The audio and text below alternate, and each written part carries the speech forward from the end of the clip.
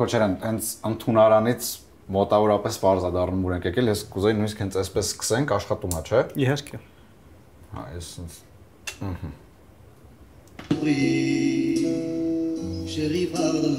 Սենց է սկսվում ձեր աշխատանքայինները։ Չասնենք, որ YouTube-ը չջղայնան, հա։ Ցավոք սրտի ոչ միշտ, քանի որ շատ անգամ ուղղակի տենց միանգամից բարձր տեմպով աշխատանքային օրը սկսում ենք, բայց իհարկե ժամանակ լինելու դեպքում մեծ սիրով երաժշտություն նույնպես տեղ ունի մեր կյանքում։ Վինիլներ եք սիրում հենց հավաքում եք, թե ոնց է ստացվել։ Իրականում հավաքելը չեմ հավաքում, բայց լսելու առումով ձայնը բավականին դուրս գալիս է, դրա համար գերադասում եմ, ճիշտ է, բոլոր ուրեմն սիրած երաժշտությունների երգերի վինիլները չունեմ, բայց ինչը որ գոնե կա, սիրով նախատեսում ենք, նախապատվությունը տալիս ենք վինիլին։ Սիրած երաժշտություն, այսինքն որն է որ չունեք։ Դե իրականում ես բազմաժանր երաժշտություն եմ լսում, այսինքն դա կարող է լինել թե էլեկտրոնային երաժշտություն, թե կլասիկ երաժշտություն, այսինքն կախված է երաժշտությունից, եթե լավն է, ուրեմն արդեն լսում եմ։ Ինչն է ձեզ ամենաշատը նյարդայնացնում գործի մեջ։ Ես ոնց հասկացա, սա նաև հակաստրես է։ Ինչը չեք սիրում ձեր գործի մեջ։ Դե գիտեք, առհասարակ, եթե անկեղծ ասեմ, մեր աշխատանքը ինչ-որ չափով ստրեսային է, եւ ամեն օր մենք ունենք թե նախատեսված, թե չնախատեսված բարդ իրավիճակներ, եւ իհարկե, որ նաեւ պետք է ինչ-որ թեկուզ աշխատանքից հետո կարող է ինչ-որ մի ժամ սուրճ խմել եւ երաժշտություն լսել, լիցքաթափվելը նույնպես առօրյայի կարևոր մաս է դառնում։ Բայց կոնկրետ բան չկա, որ ձեր առօրյա աշխատանքի մի մասն է, բայց ահա որ չեք սիրում։ Բայց ստիպված պետք է անեք, որովհետև դե գործ է, պետք է արվի։ Այո, կա տենց բան, դա մենք ունենք համակարգչային համակարգ, որտեղից մենք ստանում ենք բազմաթիվ նամակներ եւ այդ նամակները երբեմն շատ են եւ այդ բոլորին պետք է պատասխանել եւ իհարկե ինչ-որ մի կետից արդեն սկսում ես հոգնել, նյարդանալ, այդ վաղտ էլ կարող ես ասել լավ գնամ 5 րոպե երաժշտություն լսեմ, հենց սուրճ խմեմ, թե չէ հեսա կգժվեմ օրինակ։ Անհասկանալի տարօրինակ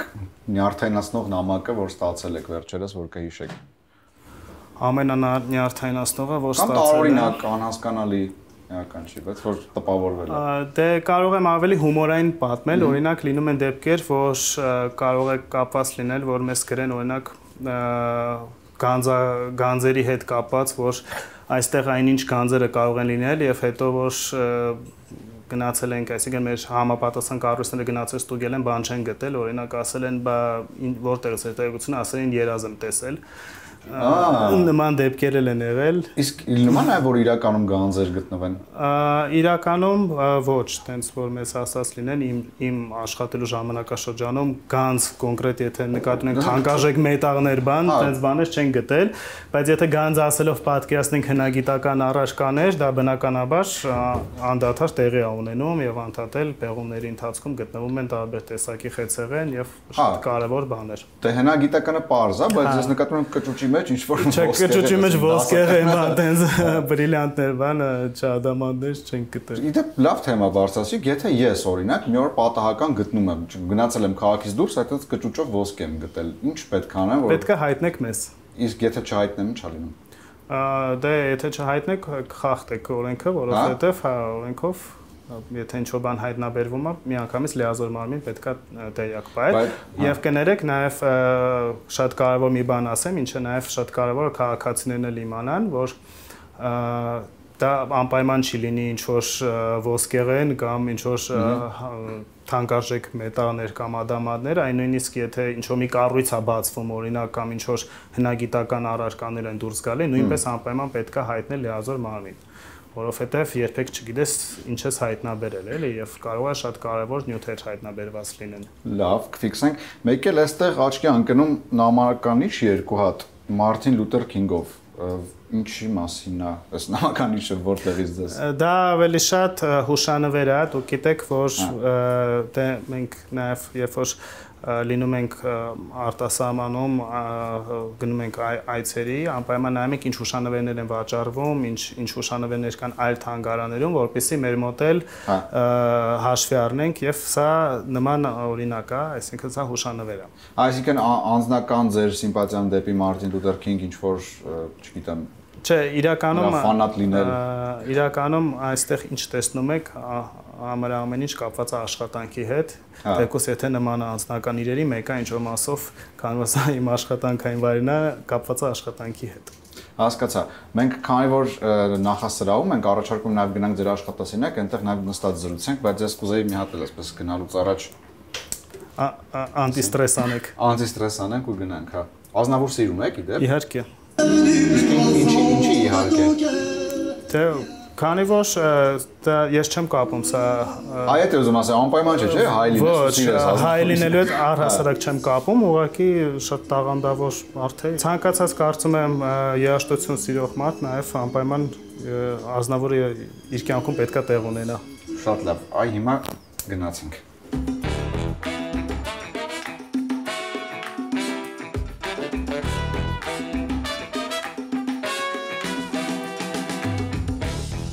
Պարոն Քոչարյան, հենց մտանք ձեր աշխատասենյակ, առաջին աչքածակում պատի վրայի պաստառը գրությունը մտածիր տուփից դուրս։ Դուք եք կախել։ Այո, ոչ միայն դա, եւ մնացած 3-ն էլ եմ ես կախել։ Դե իրականում մենք բարբերաբար խորհրդակցություններ ենք անձնակազմի հետ ունենում այս սենյակում եւ այս գրառումները, այսպես ասեմ, բոլորիս էլ շատ անհրաժեշտ են, որովհետև երբեմն մենք սկսում ենք օրինակ այն խնդիրները, որոնք հնարավոր է լուծել, օրինակ չլուծել կամ լուծումներ չգտնել։ Ես համոզված եմ, գրեթե բոլոր խնդիրներ ունեն լուծումներ։ Եվ շատ անգամ այդ լուծումները գտնելու համար պետք է ոչ ստանդարտ մոտեցումներ ցուցաբերել եւ այդ գրառումը մտածիր տուփից դուրս, կարծում եմ դրա մասին հիշեցումն է, որ մարդիկ դա կարող է այդ բան նույնպես, թե քննարկման ժամանակ թե բան մտածեն, որ այդ լուծումը չկա, հետո դա իրենց հիշեցնի, որ բայց չէ, պետք է մի հատ էլ մտածել եւ կարող է մի հատ ոչ ստանդարտ լավ լուծում լինել։ Իսկ երբ եք համոզվում, որ լուծումը տուփից դուրս է, կարող է այդ լուծումն էլ է, որ ձեզ թվա տուփից դուրս է, բայց պարզվի տուփի ներսում է։ Ոնց եք այդ զգում։ Դե հիմնական զգալու դա տարբերակելու ուրեմն հնարավորությունը դա է, որ դու այդ լուծումը հասկանում ես, որ դա այն ստանդարտ սովորական լուծումը չի, սովորական ճանապարհը չի, այլ մի նոր մոտեցում է։ Եվ Հա, բայց օրինակ, մի քիչ այն ամենապարզ պրիմիտիվ օրինակը բերեմ, մեկ այդ աջ ձեռքով ձախ ականջ քորել, որ ասում են, դա էլ է ոչ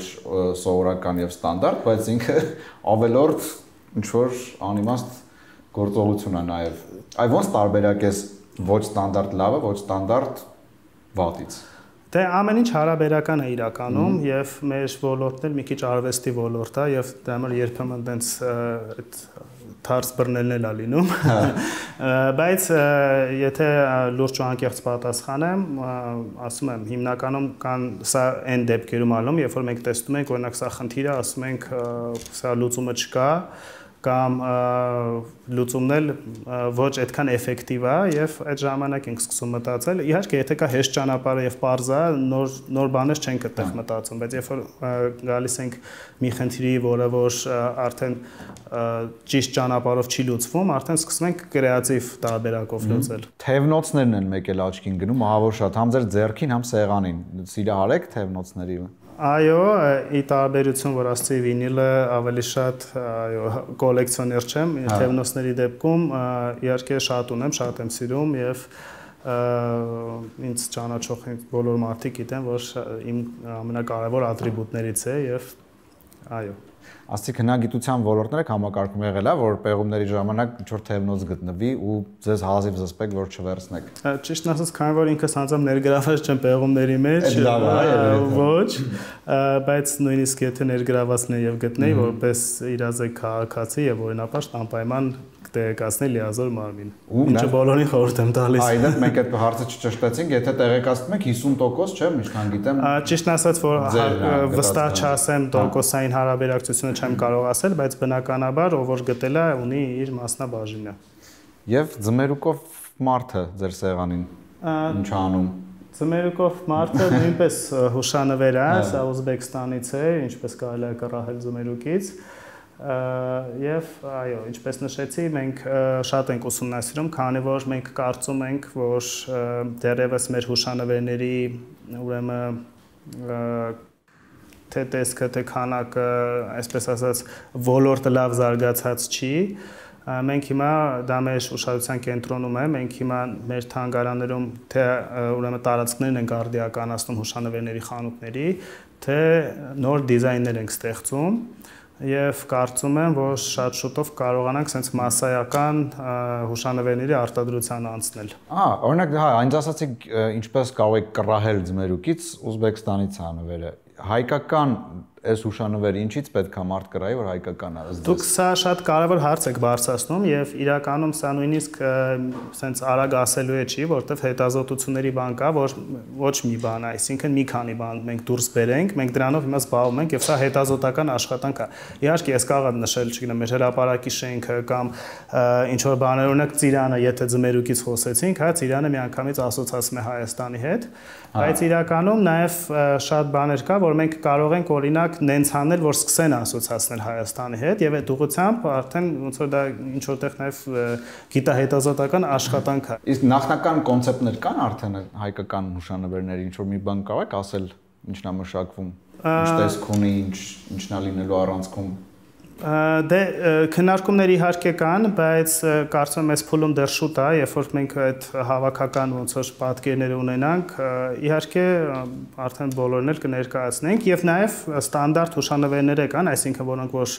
ասում եմ կարող է լինել մեր օպերայի շենքը որպես մագնիս, հա, այսինքն կարող է լինել այտենց բազմաթիվ բաներ կա, որոնք որ արդեն ստանդարտ են, բայց իհարկե մենք նաեւ ման ենք գալիս ավելի հետաքրքիր բաներ, որոնք ասոցացվեն մարդկանց մոտ միանգամից Հայաստանի ուրեմն զգացմունքը տպավորությունը կառաջացնեն։ Հուշարձանների ոլորտն եք համակարգում, ես մի քանի հարց ունեմ դրա հետ կապված, մեկը շատ կենցաղային է, ուզում եմ դրանից սկսեմ։ Ինչի է Գառնի տաճարի մուտքը վճարովի։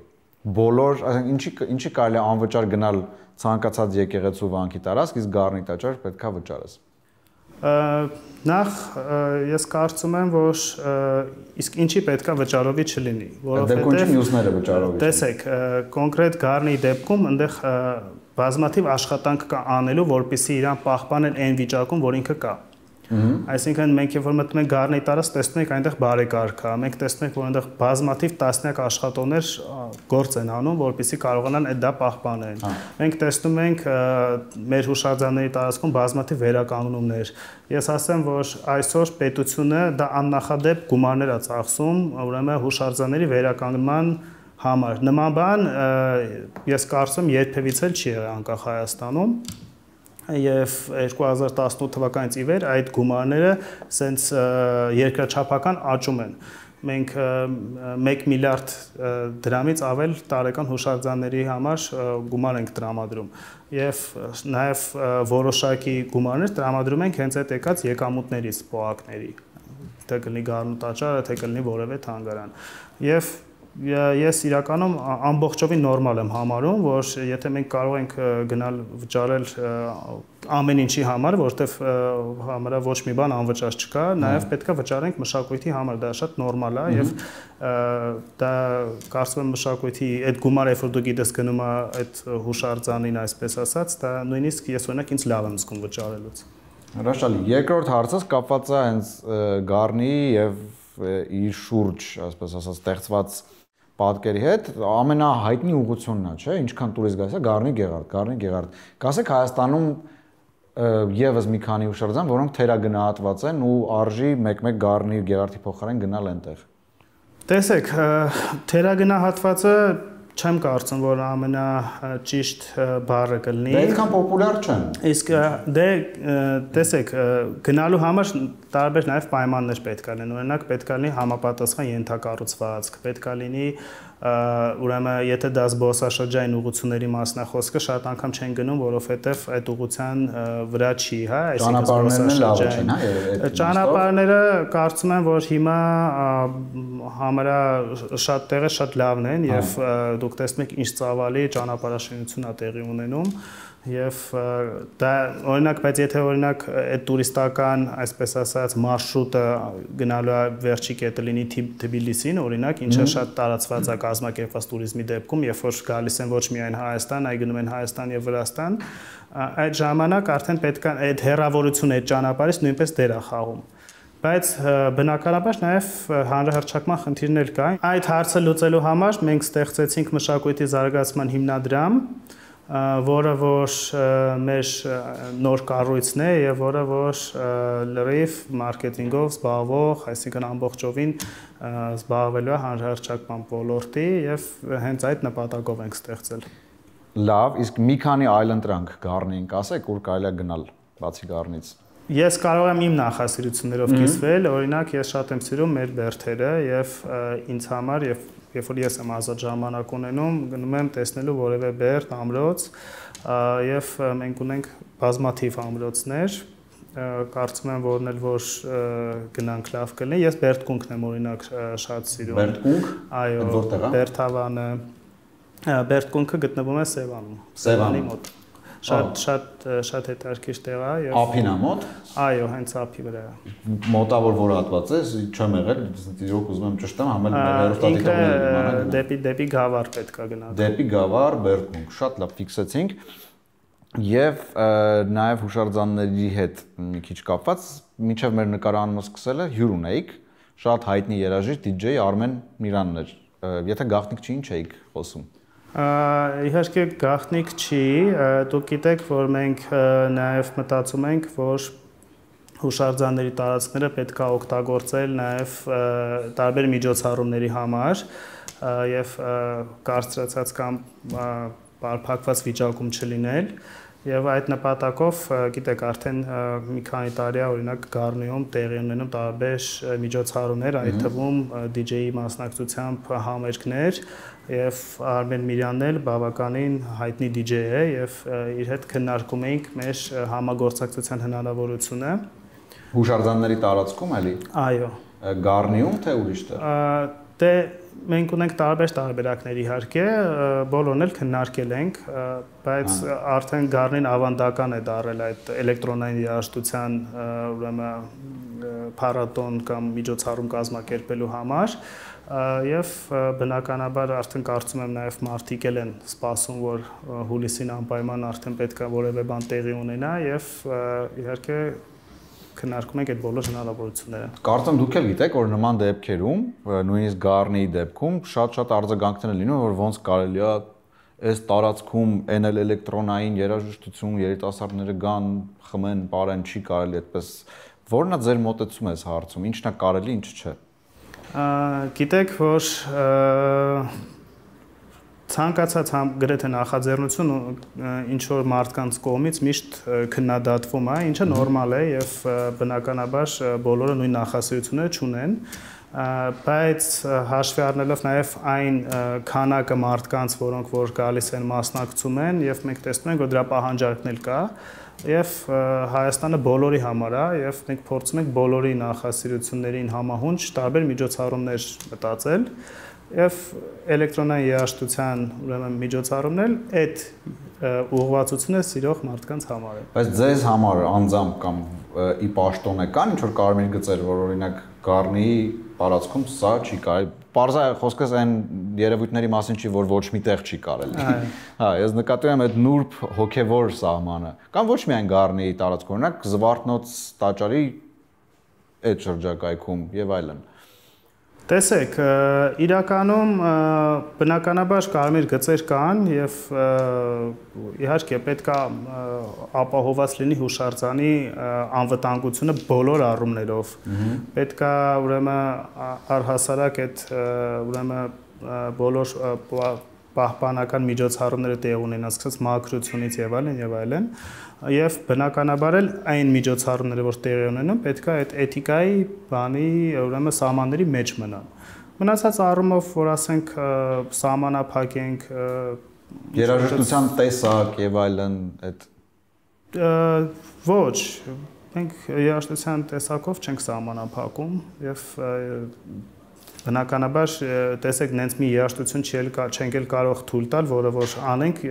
եթե դա լավը չլինի, ուղղակի մարդ էլ չի գնա, այսինքն մենք մեր քաղաքացիների նախասիրություններով ենք շարժվում եւ մեր քաղաքացիների նախասիրություններն էլ նենց չեն, որ կարող է մի բան լինել, որը որ վնասի կամ, չգիտեմ, ինչ որ հոգեվոր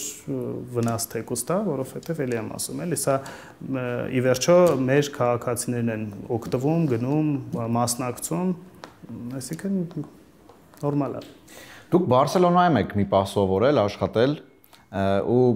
երբ ասում ենք Բարսելոնա, բացի իհարկե ֆուտբոլային թիմից ու ֆուտբոլ հետ կապված անուններից, Գաուդի անունն է նաև ցենց գալիս ասոցիատիվ։ Ու ես մտածում եմ հարցի շուրջ, Բարսելոնայի ճարտարապետությունը հենց անվան հետ է կապված, Գաուդի անվան։ Մեզ մոտ Հայաստանում մի քիչ հակառակն է, ոնց որ մենք ունենք շատ հուշարձաններ, ունենք ճարտարապետություն, բայց անուններ համարյա չունեն։ Գիտենք Թամանյանն ամենաշատը, ու վերջ, այսինքն երբ գնում ենք քաղաքից դուրս, չգիտենք, էս եկեղեցու ճարտարապետն ով է կամ կառուցողը, չգիտեմ, էս ինչ շինության։ Մտածել եք այս հարցի շուրջ, նախ ինչի է այդպես, երկրորդը եթե դա վատ է, ինչպես փոխել։ Իրականում բավական հետաքրքիր հարց եք բարձրացնում։ Այո, Իսպանիայում առաջինը ասոցացվում է Գաուդի հետ, բայց նշեմ, որ այդքան էլ շատ չեն այն շենքերը, որոնք որ հենց Գաուդի ճարտարապետությամբ են նախագծվել կամ կառուցվել։ Ուղղակի այդ մի քանի շատ հաջողված է, ոնց որ տենց դա համար տուրիստների դարել է հիմնական ոնց բրենդային է դարձել այդ անունը, էլի։ Դե նույն տրամաբանությամբ մեր մոտ տենց ոնց նշեցիք Թամանյանն է, այսինքն մեր մոտ էլ հիմնական այդ ամենագեղեցիկ շենքերը իմ կարծիքով եւ քանի որ բոլորս գիտենք Թամանյանին, երևի տենց ընդհանուր կոնսենսուսով համարվում են իր աշխատանքները։ Բայց կարծում եմ, տեսեք, օրինակ ինչ վերաբերում է դուք ասեք եկեղեցիները, բայց այդ եկեղեցիների մեծ մասը կառուցված են բավականին վաղուց եւ իրենց ճարտարապետները Չէ, օրինակ Մոմիկը հայտնի ճարտարապետ է, գիտենք որ Մոմիկի կառուցած եկեղեցիներ կան։ Բայց չգիտենք կոնկրետ որն է, նույնիսկ մեկ-մեկ անունը գիտենք, բայց չգիտենք Դե կարծում եմ ձեր բարձրացած հարցը ակտուալ է, մենք ինչպես ասեցի հատուկ կառույց ենք ստեղծել, հենց բոլոր չհանրահռչակված ուրեմն բաները հանրահռչակելու համար կլինի դա հուշարձան, թե ճարտարապետ, լավ բան եք ասում, կարծում եմ։ Ինչի համար եմ ասում, որտեղ ըստ իս ճարտարապետությունը ոչ միայն շինություններն են, այլև անունները դրանց հետևում կանգնած, որպեսզի նույն ձեր ասած արտասահմանցիների մոտ էլ ասոցիատիվ ու բրենդային ինչ որ պատկերացում լինի, էլի, ոչ միայն շինությունով, այլև անունով։ Որպեսզի նաև հետաքրքրվեն թե ով է այս մարդը, երբ է ապրել ու ինչ է արել այդ իմաստով։ Չէ, լավ հարց եք բարձրացնում, իհարկե մենք գիտեք, նույնիսկ դուք ունեք ուրեմն հեռուստանախագիծ, որը որ գնում է հուշարձանների հանրահռչակումը եւ այդտեղ այդ ամեն ինչը իհարկե ներկայացվում է։ Բայց բնականաբար դա բավարար չէ եւ մենք կարող ենք էլի փորձել ավելի շատ դրա մասին խոսել, մենք հաշվի կառնենք ձեր դիտարկումը։ Շնորհակալություն, նաեւ շնորհակալություն հետաքրքիր զրույցի համար, պարոն Քոչարյան, ժամանակը մոտենում ավարտին, գրքերի մասին չհարցրի,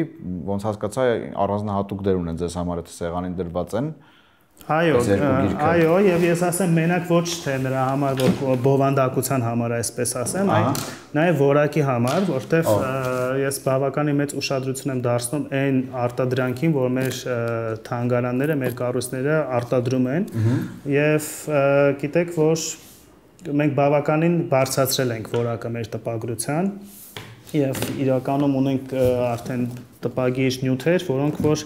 համաշխարհային ստանդարտերին չեն զիջում։ Եվ սա շատ կարևոր է, որովհետև ես կարծում եմ մենք պետք է գրքերին շատ լավ վերաբերվենք եւ հիմա մենք ուրեմն գիտեք որ նաեւ կան միջազգային գրքի փառատոներ, էքսպոներ, որոնց մասնակցում ենք։ Հիմա մենք աշխատում ենք ավելի շատ էքսպոների մասնակցել եւ ավելի շատ մեր արտադրությամբ մասնակցել